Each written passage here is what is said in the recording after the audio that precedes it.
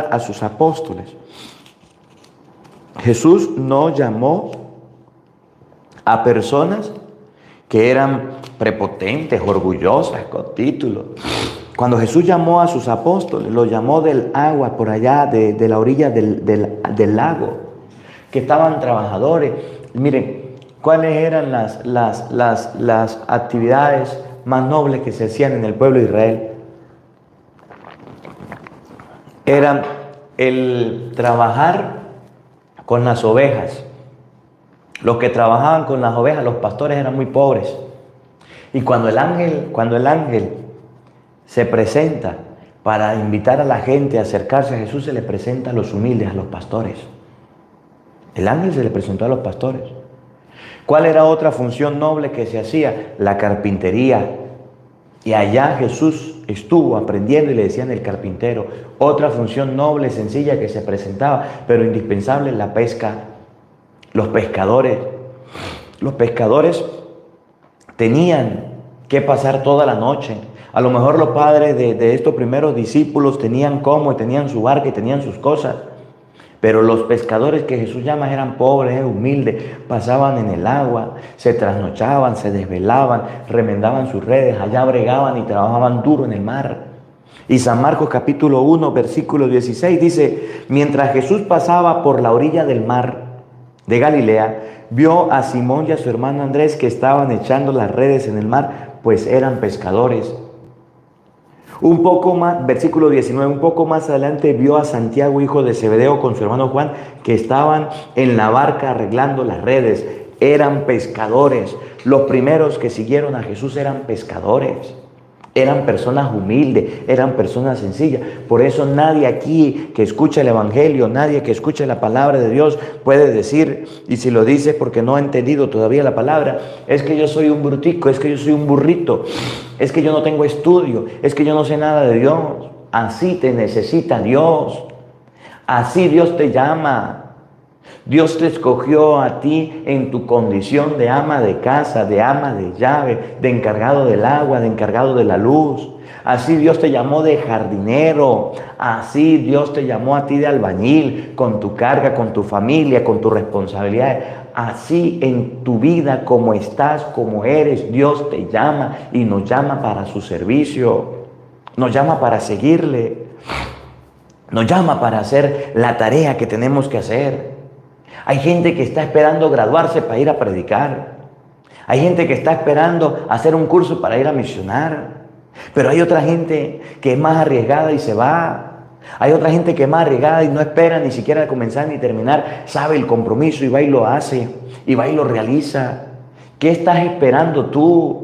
Hay gente que dice, es que yo canto feo. Pues comienza a cantar y pídele a Dios el don de la música y empieza a cantar. Le contaba el otro día la historia de una muchacha que cantaba feo, re feo. Yo tenía como 14, 15 años y me acuerdo.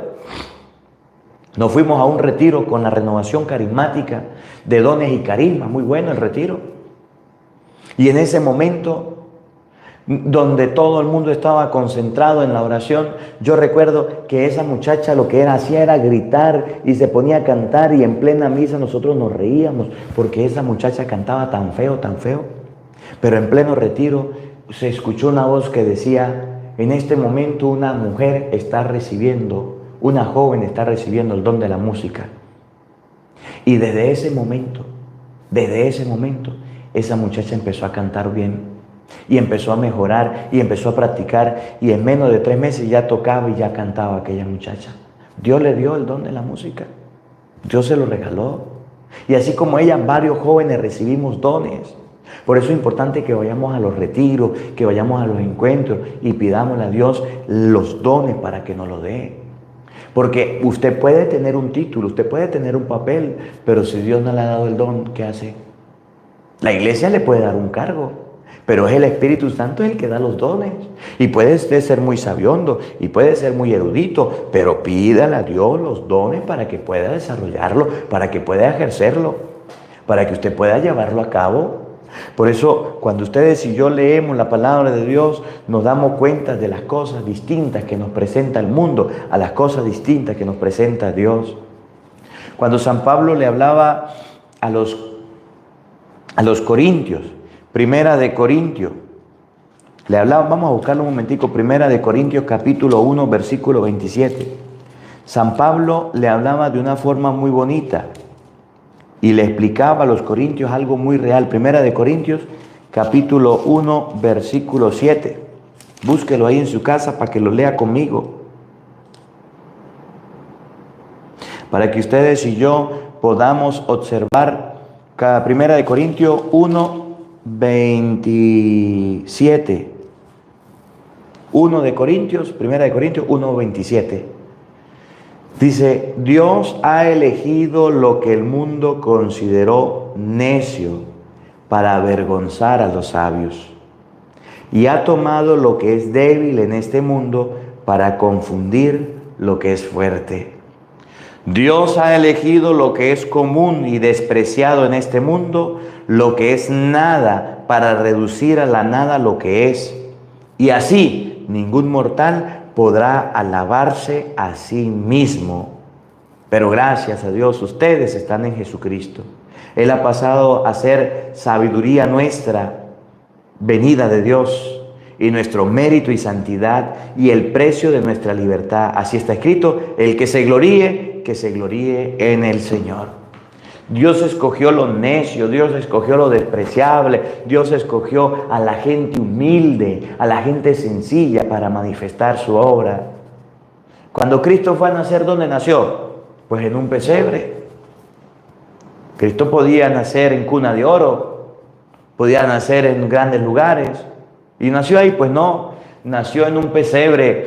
Y algún día que ustedes tengan la oportunidad y vayamos a Israel, les voy a mostrar allá, mire, aquí está el pesebre, aquí está la estrella, y allá hay una cuevita, y allá estaban las ovejas, y estaban las chivas, y estaba la mula, el buey, los animales. Era un establo.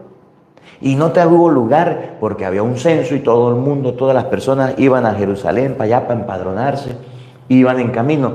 María le tocó dar a luz. En las casas no había lugar, en medio de los animales había un poco de calor. Ahí nació Jesús.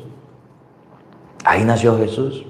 Cuando llaman a presentarse ante Jesús, lo primero que llaman, no llaman a la gente, a los judíos, a los eruditos, a los fariseos, a los saduceos. Llaman a los pastores, gente humilde y sencilla. Cuando se le presentan los reyes magos a Jesús, no viene el rey Herodes lleno de pomposidad, lleno de grandeza. Vienen los reyes magos que caminan de lejos y vienen y se presentan ante Jesús. ¿Y dónde está el que acaba de nacer? ¿Dónde está el Mesías? Vimos su estrella brillar, venimos a adorarlo. Se vienen de lejos los reyes magos. Vienen aquellas personas de muy lejos. Jesús empieza a crecer. Y cuando Jesús lo van a presentar al templo, dígame, ¿cómo lo presentaron? Con lo más humilde, con lo más sencillo. Los muy ricos presentaban sus bueyes. Los que más o menos tenían presentaban sus ovejas. Pero la gente más pobre y más humilde, cuando los presentaban en el templo, ofrecían 2 tórtolas o 2 pichones. ¿Qué fue lo que ofrecieron con Jesús? 2 tórtolas y 2 pichones, por ser humilde y sencillo. De Jesús se escuchaba que con quién andaba, con prostitutas, con pecadores, con personas, con publicanos, eran sus amigos. Las personas a las que Jesús les hablaba, a las que Jesús les enseñaba, eran personas muy humildes. Cuando Jesús multiplica los panes y hay una multitud de 5,000 hombres, 4,000, sin contar mujeres y niños, ahí no están personas que tienen posibilidades. Ahí están personas muy humildes, muy sencillas. La vida de Jesucristo está marcada por gente pobre, humilde. Un Bartimeo que entrando en Jericó se levanta, se pone a gritarlo, se pone a llamarlo. Jesús se acerca y lo cura. Una viuda por allá en Naín que tiene a su único hijo y que se le murió. No tiene a su esposo, ya quedó viuda y desamparada. Jesús la ayudó. Tenemos a muchas personas en el Evangelio que eran personas que, dígame, la mujer hemorroísa que gastó toda su fortuna buscando curarse y nunca se curó. Fue donde Jesús la sanó. Los amigos de Jesús, los que estaban con Jesús, todavía siguen estando. Personas enfermas, personas necesitadas, personas que buscan a Dios. Mire, la gente que tiene el Dios dinero y no le falta el Dios dinero, no necesitan al Dios del cielo. Con ese Dios dinero se conforman, con ese Dios dinero disfrutan, con ese Dios dinero hacen lo que tienen que hacer. Con ese Dios dinero pueden pensar que se comen el mundo. Miren, el Evangelio de San Marcos, capítulo 10, vamos a buscarlo un momentico. San Marcos, capítulo 10, en el versículo, por allá, déjenme ver un momentico. San Marcos, capítulo 10, para que ustedes y yo podamos, capítulo 10, versículo 20. El joven rico, usted lo puede leer desde el 17. Se acercó un rico donde Jesús. Se acercó un joven que tenía dinero, un hombre. Maestro bueno, ¿qué tengo que hacer para conseguir la vida eterna? A ver, dígame. Cumple los mandamientos. Ya eso los he cumplido desde muy pequeño. Bueno, versículo 20. Marcos 10, 20. El joven le contestó: Maestro, todo eso lo he practicado desde muy joven. Versículo 21. Jesús fijó su mirada en él, lo tomó con cariño y le dijo: solo te falta una cosa. Vete, vende todo lo que tienes y reparte el dinero entre los pobres, y tendrás un tesoro en el cielo. Después, ven y sígueme. Se acercó una persona grande, conocida, una persona rica, que quería seguir a Jesús, que quería ser discípulo del Maestro. Quería. ¿Qué tengo que hacer? Jesús llegó y le dijo: pues bueno, sencillo, vaya, vende todo lo que tiene, comparte el dinero con los pobres y después venga y me sigue. Y ustedes saben lo que pasó. ¿Qué pasó? Versículo 22. Al oír esto se desanimó totalmente, pues era un hombre muy rico y se fue muy triste. Ese hombre rico no siguió a Jesús. Ese hombre rico no siguió al Señor. Ese hombre rico le dio la espalda a Jesús y como hoy día lo sigue pasando. Por eso el Evangelio dice: gracias papá, gracias Padre, porque has ocultado los misterios del reino a la gente sabia y entendida, a la gente grande, y la has dado a la gente humilde. Díganme ustedes, si en muchas parroquias hoy día no hacen falta pagar los servicios y están los pobres, padrecitos, buscando la forma de recoger dinero para pagar la luz, para pagar el agua. Díganme ustedes si en las parroquias no hay necesidades, no hay que cambiar bombillos, no hay que pintarlos, no hay que arreglar ventanas, no hay que arreglar puertas, no hay que arreglar bancas que se dañan, que se deterioran. Díganme ustedes, no hay necesidad.